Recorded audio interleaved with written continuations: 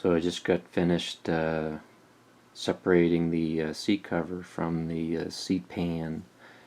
It's fairly simple procedure, really. Just remove about 100 staples here with a flathead screwdriver and a pair of pliers.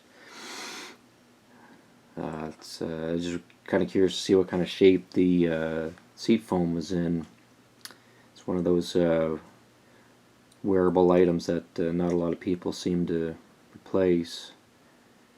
Yeah, before I even started, I knew two things for sure. One, that the seat cover was not the original seat cover, and even though I hadn't actually laid eyes on it, I was quite certain that the seat foam was original and therefore 21 years old. So yeah, so I wasn't too optimistic, but anyways, I had to check it out for myself. So peel the seat cover off and find Dirty Mo. Yeah, I don't know who Dirty Mo is, but this seat foam is pretty dirty and dried out and flaking and crumbling, and yeah, I think I'm just going to go ahead and replace it. Kind of afraid it would break apart anyways once I start peeling it off the base. So fortunately, I can still get my hands on replacement foam. So kind of makes sense. Go through the lengths I've been going through so far. To not replace this would just not make sense. So,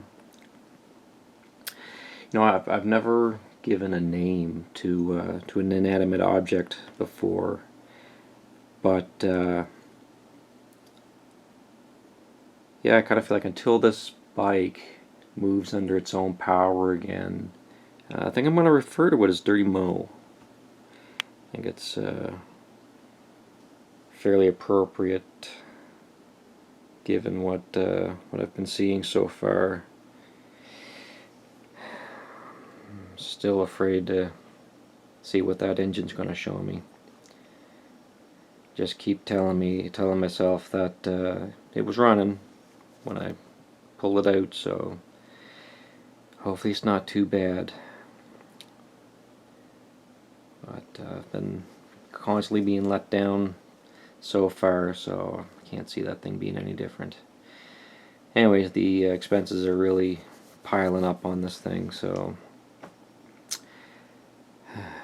hopefully the engine gives me some good news. So there you have it, the update on Dirty Mo.